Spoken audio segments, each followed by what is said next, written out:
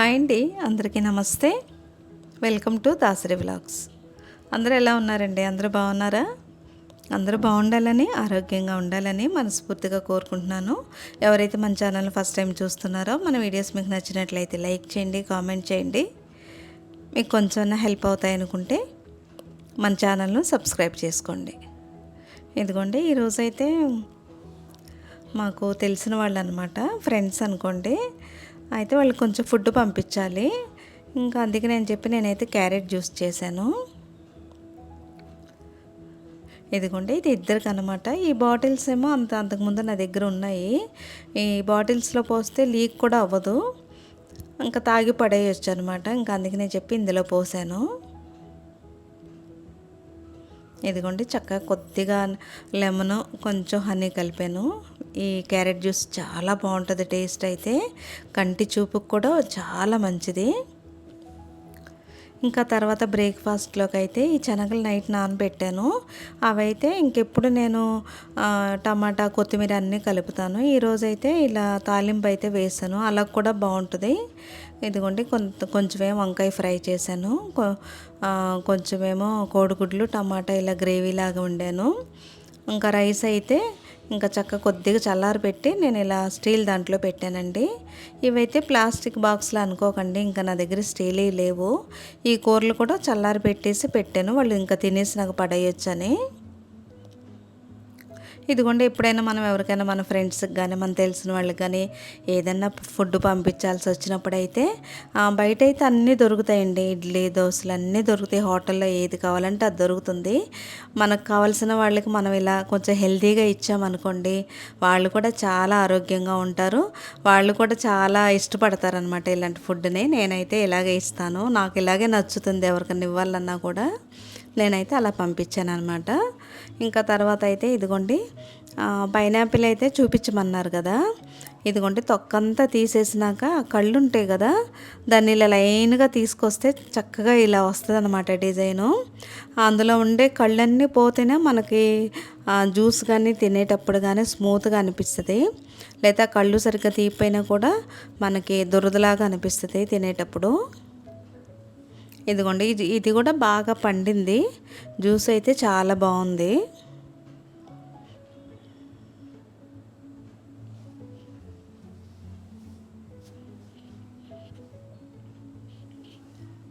అయితే ముక్కలు తినడమే మంచిది. జ్యూసు అందులో పీచ్ అంతా పోతుంది కదండి, ఫైబర్ అంతా. అసలు ఇదైతే పల్పు కూడా రాదండి, వడబోయక్కర్లేదు. మనం ఎలా తిప్పామో అలా పోసుకొని తాగేయచ్చు. ఇందులో పంచదార కానీ పాలు కానీ అసలు ఏం పోయలేదనమాట. ఆ పైనాపిల్ ముక్కల్ని ఇలా బ్లెండ్ చేసి చక్కగా జ్యూస్ చేశాను, అంతే. అది తాగొచ్చు, బాగుంటుంది కూడా. అందులో మనకి వేస్ట్గా పోయేది ఏమీ లేదు. ఇంకా తర్వాత అయితే కొన్ని అయితే ఇలా బాదం పప్పులు ఇలా అయితే నానబెట్టాను. ఇది ఈవినింగ్ తింటే మనం మధ్యాహ్నం పని అంతా అయిపోయినాక నానబెట్టుకోవచ్చండి. 2-3 గంటలు చాలా, ఎక్కువ నానబెట్టకపోయినా పర్వాలేదు. ఈ ఫ్లాక్ సీడ్స్, గుమ్మడి గింజలు ఇవైతే ఉట్టిగా అలా తింటే మనకు ఆ టేస్ట్ నచ్చదండి. అందులో కొంచెం డేట్స్, దానిమ్మ గింజలు అలాంటివన్నీ కలిపి పిల్లలకు కూడా ఇవ్వచ్చు. ఏమన్నా మొలకెత్తిన గింజలు ఉన్నా కూడా దాంతో కలపవచ్చు. ఇంకా అందుకనే ఇంకా నేను నానబెట్టేసి అవి పక్కన పెట్టాను.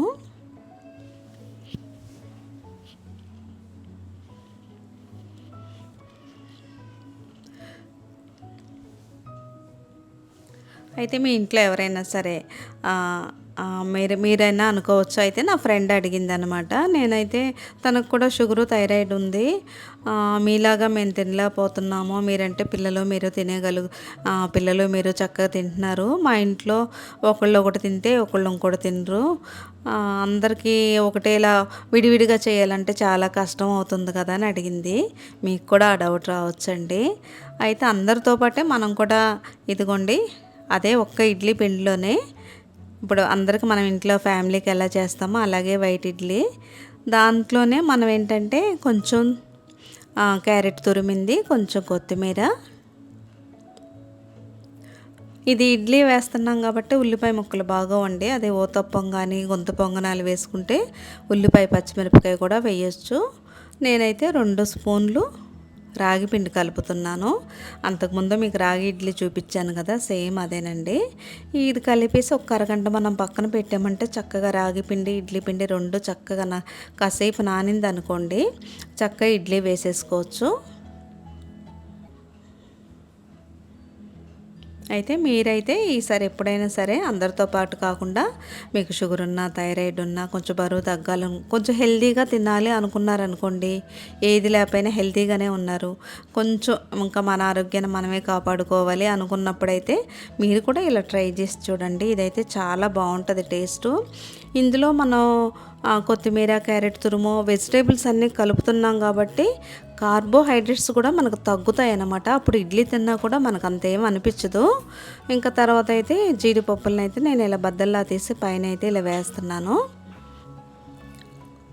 మనం ఇంటిని ఎలా డెకరేట్ చేసుకుంటామో మన ఫుడ్ను కూడా అలా చక్కగా అందంగా ఇలా తయారు చేసుకున్నాం అనుకోండి, చూడంగానే తినేయాలనిపిస్తుంది మనకు కూడా. ఇదిగోండి, నేనైతే కొంచెం క్యారెట్ తురుము, కొత్తిమీర తురుము ఇలా పైన పెట్టాను. అదైతే చూస్తుంటేనే మనకు చాలా బాగున్నట్టు అనిపిస్తుంది.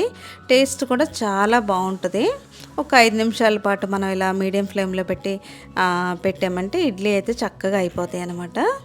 ఇంకా తర్వాత అయితే ఇదిగోండి, చట్నీకి కూడా ఎప్పుడైనా చట్నీలో కరివేపాకు ఎక్కువ వేసుకుంటే హెయిర్ గ్రోత్కి కూడా చాలా మంచిది. మామూలు ఇడ్లీలాగే మనకి ఇడ్లీలు ఇలా తీయంగానే వచ్చేస్తాయి.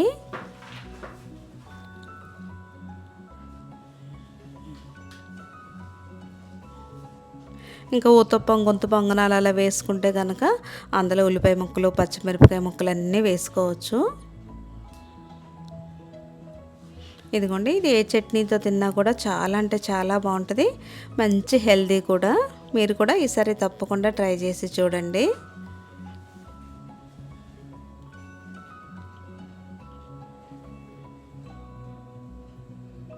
వెజిటేబుల్స్ ఎక్కువ వేసాం కాబట్టి పిల్లలకు కూడా టేస్ట్ అనేది చాలా నచ్చుతుంది. ఇవి పిల్లలకి కాలేజీలకు వెళ్ళినా, స్కూళ్ళకి వెళ్ళినా బాక్స్లో కూడా పెట్టివ్వండి, పిల్లలు కూడా చాలా ఇష్టంగా తింటారు.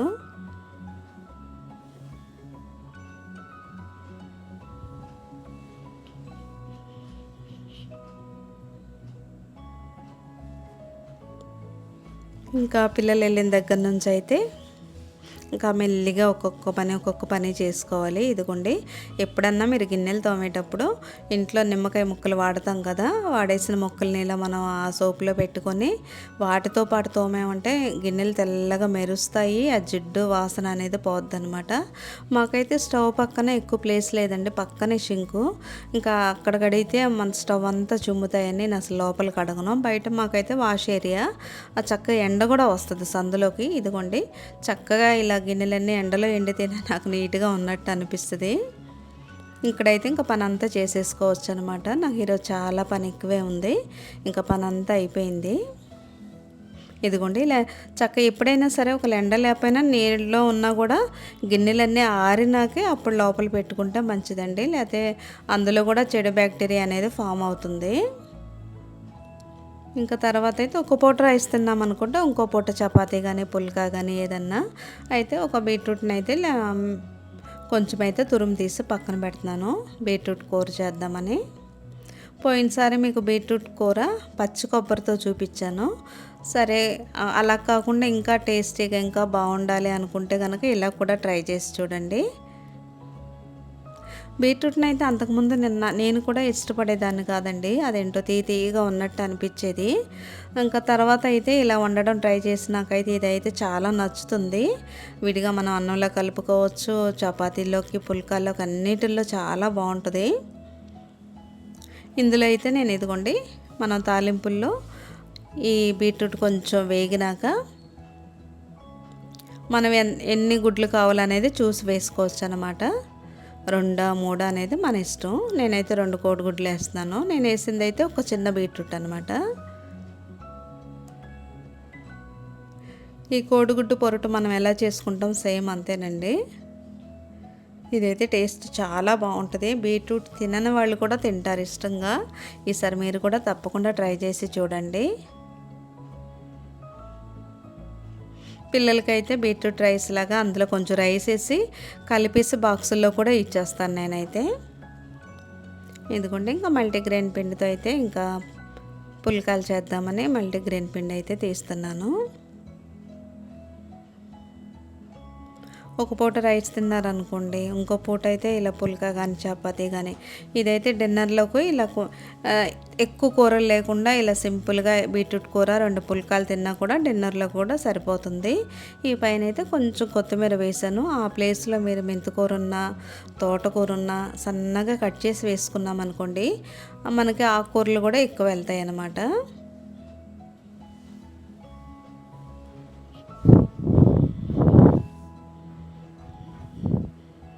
ఇంకా తర్వాత అయితే ఎప్పుడైనా సరే మనం లంచ్లో అయినా డిన్నర్లో అయినా ఇలా కీరా కానీ క్యారెట్ కానీ బీట్రూట్ కానీ ఏమున్నా ఇలా అవి ఎక్కువ పెట్టుకొని 2 పుల్కాలు పెట్టుకున్నా కూడా మనకైతే కడుపు నిండుగా అనిపిస్తుంది. ఈ మల్టీగ్రెయిన్ పిండిలో కూడా అన్ని రకాల ధాన్యాలు ఉన్నాయి, అందుకనే మనకు తొందరగా ఆకలి అయితే అనిపించదు. 2 తినంగానే మనకి ఇంకా సరిపడా శక్తి అయితే వస్తుంది అన్నమాట. మల్టీగ్రెయిన్ పిండి కూడా మన ఛానల్లో ఉంది, ఒకసారి మీరు తప్పకుండా ఒకసారి చూడండి. ఇంకా అదంతా అయిపోయినాక ఇంకా నేనైతే ఇదిగోండి పల్లీలని అయితే ఇవి లో ఫ్లేమ్లో పెట్టి అలా వదిలేసామంటే చక్కగా వేగుతాయి. ఒక సీసాలో పోసి ఉంచుతాను అనమాట, తొక్క తీసేసి. ఎప్పుడన్నా ఏదైనా లేకపోయినా పిల్లలు తింటారు లేదా ఏదన్నా వండొచ్చని. నేనైతే ఈరోజు అయితే ఇదిగోండి మల్టీగ్రెయిన్ గోధుమ పిండితోనే ఇలా డైమండ్ షేప్లా కోసి ఇలా అయితే ఫ్రై చేశాను. ఇవైతే చాలా బాగున్నాయి. ఇదిగోండి మల్టీగ్రెయిన్ పిండితోనే గవ్వలు కూడా చేశాను. ఈ పల్లీలు వేయించాను కదా, ఆ పల్లీతో అయితే చిక్కీ కూడా చేశాను. అయితే కొంత హనీ, కొంచెమేమో కోకోనట్ షుగర్ అలా వేసాను అనమాట. అందుకనే ఇంకా కంప్లీట్గా మీకు అంతా వండేటప్పుడు చూపించలేదు, నెక్స్ట్ మళ్ళీ వండేటప్పుడు అయితే చూపిస్తాను.